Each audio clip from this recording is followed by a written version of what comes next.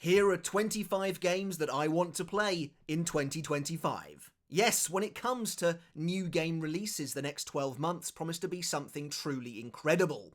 Now, I thought 2024 was pretty good for games, to be honest, but 2025 looks absolutely stacked from top to bottom.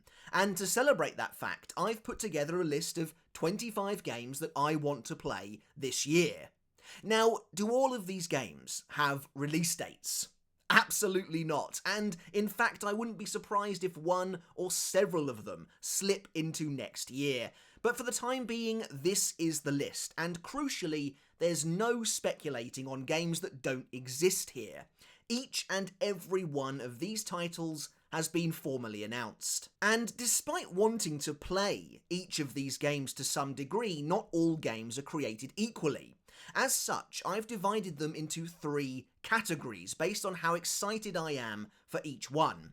Green denotes a game that I'm interested in playing, but right now not particularly hyped about, while orange represents a game that I am actively looking forward to getting my hands on.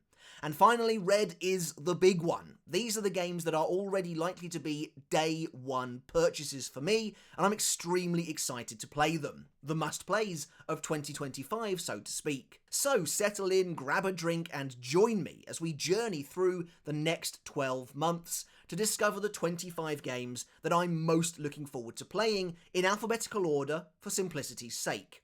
Now, there's probably some games that I've completely overlooked, completely forgotten about, so make sure to let me know your lists, the games you are most excited to play in 2025, down in the comments below. And if you enjoyed today's video, consider liking the video and maybe even hitting subscribe. It all helps the channel out in a big way as we push to reach our next milestone of 10,000 subs.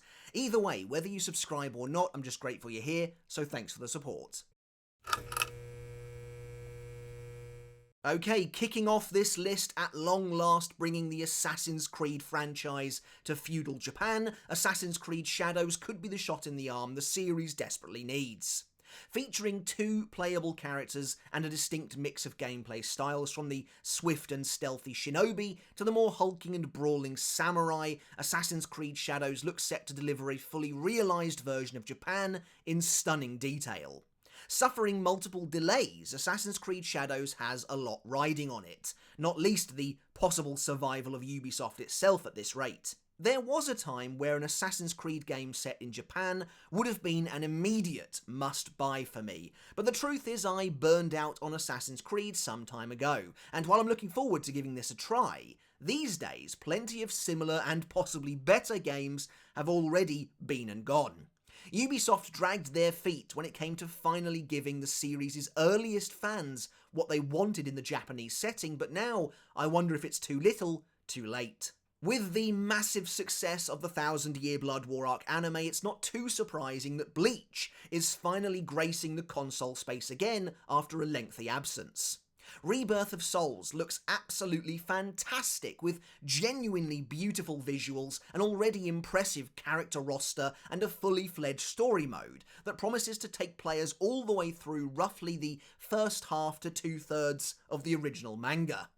As one of YouTube's resident biggest Bleach fans, of course, I'm extremely excited for this. Bleach has deserved a from-the-ground-up full console game for a while now, and Rebirth of Souls is delivering a unique fighting system that cleverly incorporates the series' many flashy transformations and techniques. Okay, so there's probably very little chance that the Blood of Dawnwalker makes it out this year, considering, well, it was only revealed last week, but there's no denying that this already looks fantastic, and the studio, Rebel Wolves, has some serious RPG pedigree behind it, with some of its team being made up of previous CD Projekt Red employees who worked on the likes of The Witcher 3 and Cyberpunk 2077. It looks and sounds ambitious, and hey, I love vampires and gothic themes, so I'm already intrigued at this early stage. Perhaps one of the most ambitious looking games on this list, Crimson Desert, has definitely got me intrigued. Set in the same universe as the Black Desert Online MMO, Crimson Desert, if it all comes together in the end, is already one of the most stunning looking games I've ever seen. Developer Pearl Abyss's decision to take the world of Black Desert Online and reshape it into what looks like a gigantic single-player open world feels like one that's going to pay off, and I'm excited to see how it turns out. Some of the more recent shots of the player character freely flying a dragon across the landscape are remarkable, and I can't help but think they're going to need to be seen and played in the flesh to be truly believed. The 90s kid in me is always happy to see some of my favourite games return from the dead, and so it is with Croc, Legend of the Gobbos Remastered. A truly surprising blast from the past that I can't wait to revisit. The original Croc first released almost 30 years ago, and now developer Argonaut is also back to helm the project, which was recently delayed out of 2024 and into the first quarter of this year, so hopefully not too long to go now. The remaster looks fantastic too, packed full of the charm and whimsy that originally sold people on Croc, while also adding numerous quality of life fixes, such as updating those infamous tank controls and offering plenty of new visual upgrades. Now, the original Death Stranding was something of a sleeper hit for me, becoming one of my favourite games of the entire last generation. And I say that as someone who isn't inherently a huge fan of Hideo Kojima's work. In fact, Metal Gear Solid is a franchise that has almost entirely passed me by. But Death Stranding really resonated with me, and I value that it felt so wholly unique. Sure, the plot is nonsense for the most part, but working so hard just to crest a single hillside only to be hit with a perfectly timed song as you then descend is a great feeling. Coupled with the fact that it was one of the most beautiful and atmospheric games I'd ever played, and well, you have a winner on your hands here. Now, does it really need a sequel? I guess we'll see, but I'm definitely up for experiencing that satisfying gameplay loop once again. That feeling of achievement when you finally build a road you can use, or a string of interconnected zip lines that take you through the most perilous of paths with ease, is inimitable. Death Stranding wields the suffocating feeling of isolation perfectly, combined with those gorgeous, vast open vistas, and Death Stranding 2 on the beach looks to be very much more of the same, with the inclusion now of some incredibly cool-looking new characters and some captivating new terrain and landscapes to explore. So yeah, I genuinely cannot wait for this, and I'm hoping we might get a release date soon. Up next we have Doom: The Dark Ages, which at the time of recording we're actually about to see a bit more of at the Xbox Developer Direct, and may even get a release date. In fact, I think it's potentially been leaked, but that's neither here nor there. I was a massive fan of Doom 2016, and a big fan of Doom Eternal, so I can't wait to get stuck into this. Doom 2016 might be one of the greatest first-person shooters I've ever played, to be honest, and Doom: The Dark Ages looks to be cranking that up to 11 in the best way possible. Taking the savagery and gore of Doom to a medieval period feels both so fitting and at the time so off the wall, but it totally works, and the team are really testing the limits of their brutal creativity with the likes of the gigantic skull grinder gun, for example, which is just so awesome and so metal. These modern Doom games have had a laser focus on fun, perfectly honed gameplay from the start, and impeccable visuals over all else, making them some of the leanest, most streamlined and efficient shooters I've ever played, and I can't wait to rip and tear through another one. Wow, we are on a string of must-plays for me right now, as next up on the list is Elden Ring Nightreign. Definitely one of the strangest titles to grace this list, I suppose, insofar as I'm still not sure really what to take away from it. As you might have guessed by now, I'm an enormous Soulsborne fan. Bloodborne is my favourite game of all time. Elden Ring was far and away my game of the year for 2022, and Shadow of the Erdtree was a masterful expansion last year.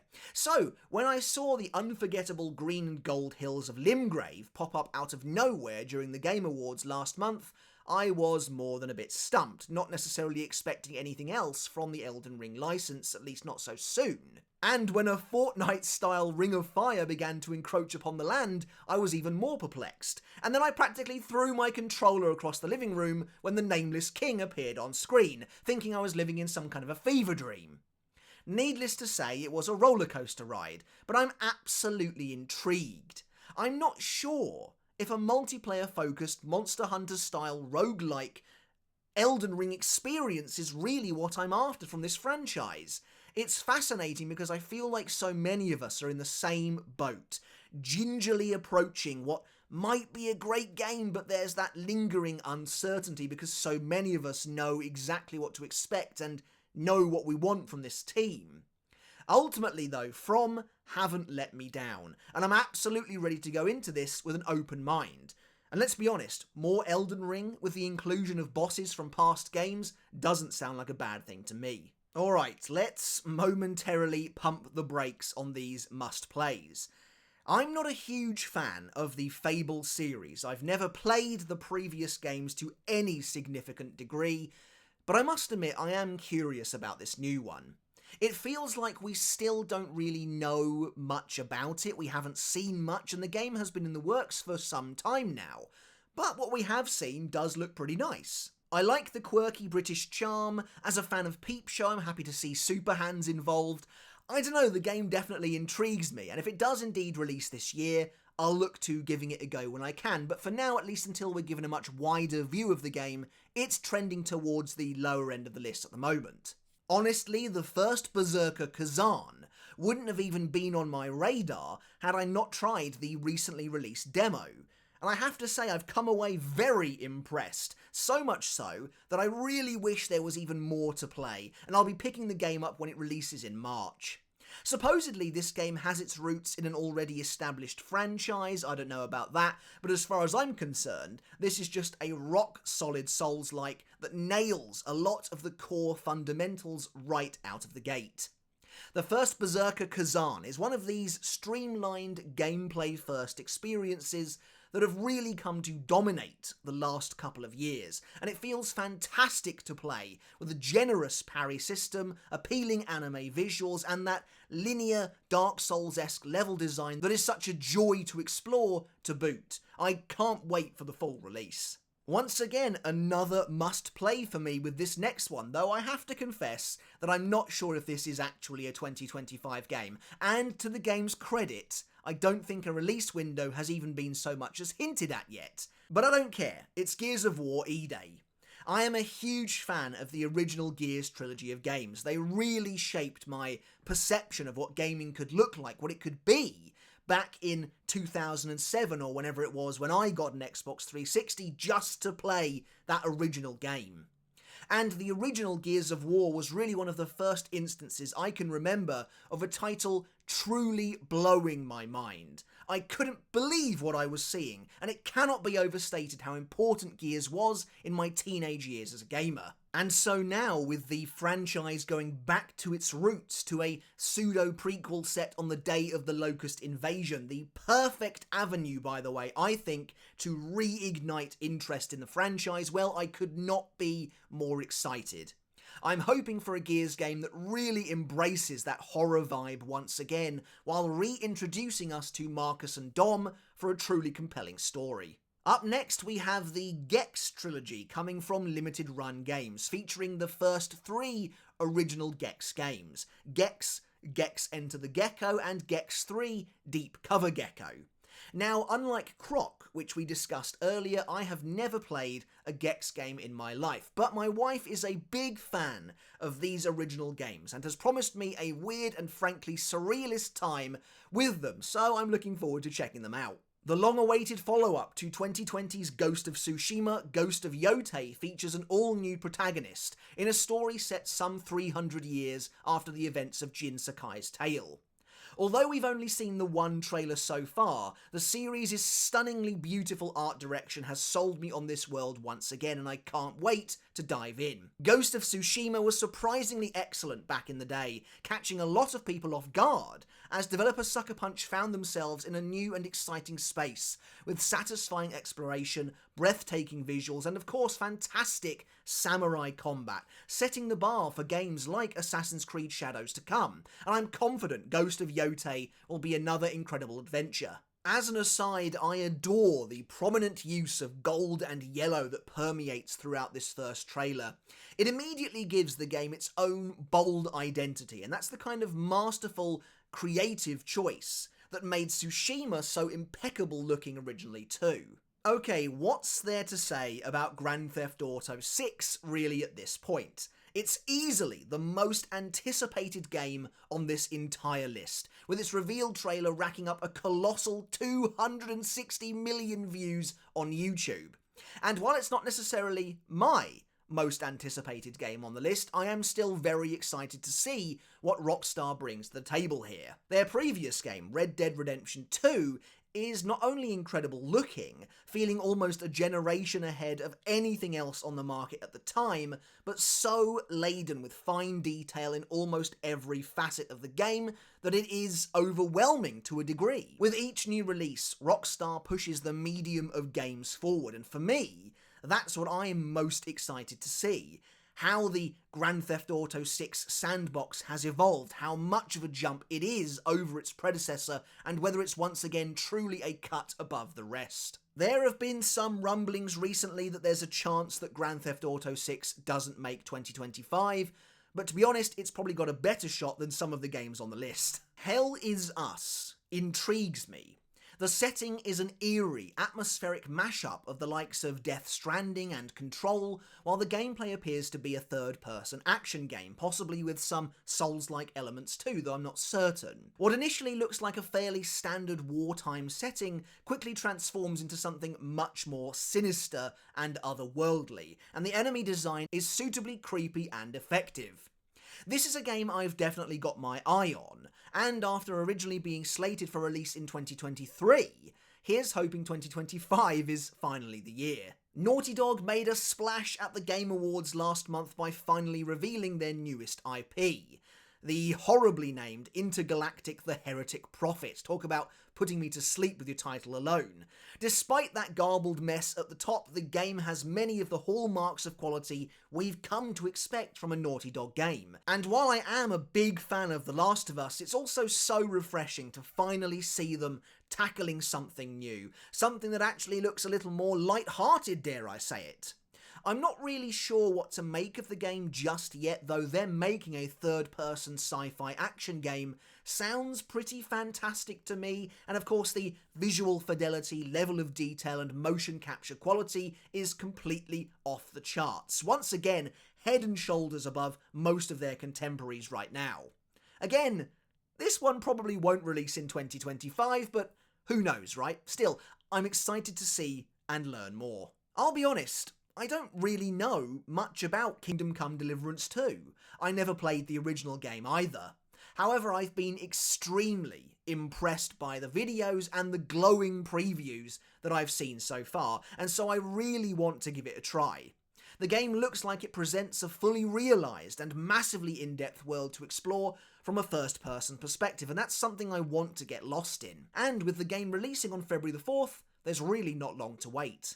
Hello Games turned No Man's Sky into quite the unlikely success story over the years, and so when they revealed their next game, Light No Fire, well, people were actually excited.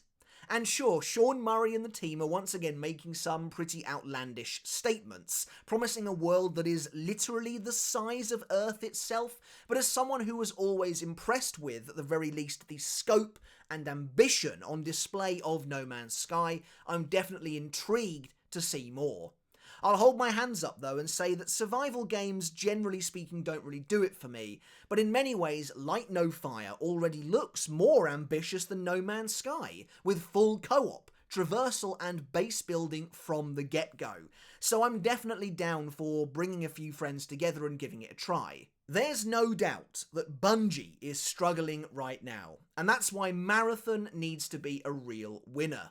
We haven't seen much, although gameplay is supposedly coming, but at least based on that initial trailer, I like the clinical, super sleek and clean science fiction art direction a lot, and I'm definitely down for a new extraction shooter, particularly one being developed by some of the most talented FPS developers in the industry. It's difficult to know, in the live service graveyard that is PlayStation's current project slate, whether Marathon will ever see the light of day, but I think it probably will. It feels like Sony has invested way too much into Bungie at this point to throw in the towel, at least until they've got something to show. And for what it's worth, after that initial trailer anyway, I'm not quite getting Concord vibes off this one. Okay, for this next entry, I'm kind of cheating a little bit. The official answer here is the new Mario Kart that was just revealed, but this falls under the entire Switch 2 umbrella. It's been over a decade since Mario Kart 8 launched on the Wii U back in 2014, and it's at last time for a brand new entry into this mega popular franchise. It's looking pretty likely to me that, shall we call it Mario Kart 9, is going to be a launch title for the Switch 2, and I'm waiting with bated breath for that Switch 2 Direct in April. What will the game's central gimmick be, if it even has one? What does 24 racers mean for the future of Mario Kart, and who will be the newcomers this time around? What kind of an improvement in visual fidelity and performance, if any, are we looking at here thanks to Switch 2? There's not long to go now until we hopefully find out more. Mouse PI for Hire is a striking game. I simply can't get enough of the visual style. An FPS brought to life using the rubber hose animation of early 1920s and 30s cartoons that has recently seen something of a resurgence in the gaming space, particularly thanks to titles like Cuphead. Mouse PI for Hire honestly looks like an inspired blast. Is my desire to play it being carried solely by the animation? Yeah, probably pretty much, but it looks like a fun game in its own right too, as you mow down monochromatic mousy mobsters while making your way through a noir-soaked city. With a roaring 20s gangster vibe, Mouse PI for Hire honestly looks like nothing else coming to the market in 2025, and I think it's going to stand out easily from the crowd. While No Rest for the Wicked has technically been out in early access for some time now, coming up to almost a year in fact, the full release is scheduled for later this year. Moon Studios, best known for the Ori series of games, is once again flexing their visual muscles here. No Rest for the Wicked looks absolutely beautiful and wholly unique, with a gorgeous painterly art style, and where Ori was a 2D Metroidvania, something that doesn't really appeal to me all that much, Moon Studios' latest adventure is a top-down action RPG with Souls-like elements and a heavy emphasis on character customization and combat.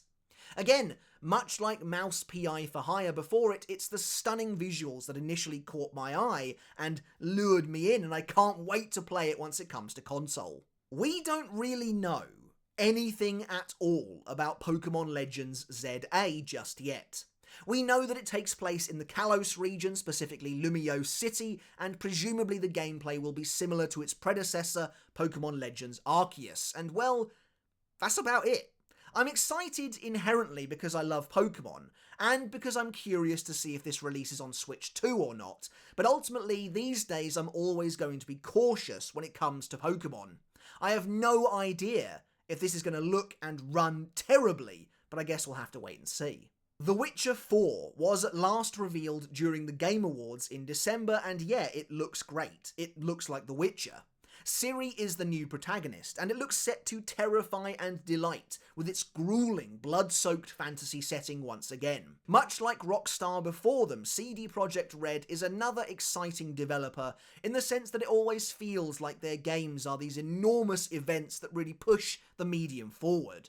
The Witcher 3 was a phenomenal achievement, even if I do still need to finish it, and while Cyberpunk 2077 was a complete unmitigated disaster in many ways upon launch, there's no denying it is immensely ambitious in its own right. And again, a little bit like Hello Games before them, CD Projekt Red has transformed Cyberpunk into a genuinely great game too. Whatever The Witcher 4 ends up bringing to the table then, it'll likely be a sight to behold, so long as they stick the landing this time.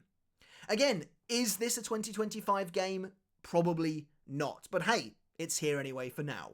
And the final game on my list is, well, it's Yooka-Replaylee. When Yooka-Replaylee was first announced, I backed the game on Kickstarter. To this day, the only Kickstarter for a game I think I've ever been involved in, as I am an enormous fan of Banjo-Kazooie. While the original 3D platformer that was released in 2017 by Playtonic disappointed a lot of people upon release due to perceived outdated gameplay, technical issues, and an over-reliance on nostalgia, I genuinely enjoyed it for the most part. Sure, it wasn't quite as polished or even really as mechanically sound as its inspiration, but it absolutely evoked the feeling I was after. The feeling of playing a 90s 3D platformer collectathon again, which is exactly what I signed up for. And so, when it was revealed that Yooka-Replaylee was being remastered in the form of Yooka-Replaylee, well, I was definitely on board. And I think the new version of the game looks gorgeous, to be honest. Here's hoping the quality of life improvements make this the definitive version of the game and help to fix the original's issues. Alright guys, well that's it. That's 25 games I'm looking forward to playing in 2025. I hope you enjoyed the video. As always, I hope you took something of value away from it as well. Of course, like I said, most of these games don't have release dates, and some of them almost certainly won't hit this year either, but 2025 is shaping up to be a massive year for games regardless. There is going to be so much to choose from, there won't be enough time to get to them all anyway. Let me know down in the comments, how do you feel about my list? Are you excited for any of the games I mentioned? How do you feel about the games I am the most excited for compared to the ones I'm only slightly excited for, intrigued by to say the least? I'd love to hear all of your thoughts down in the comments below. Thank you again so much for watching, everyone. Like I said, let me know down in the comments below the games you are most excited for this year. Make sure to hit subscribe to help support the channel and push us towards our goal of 10,000 subs. I would really appreciate the support. And until next time, I'll catch you later, and let's talk games again.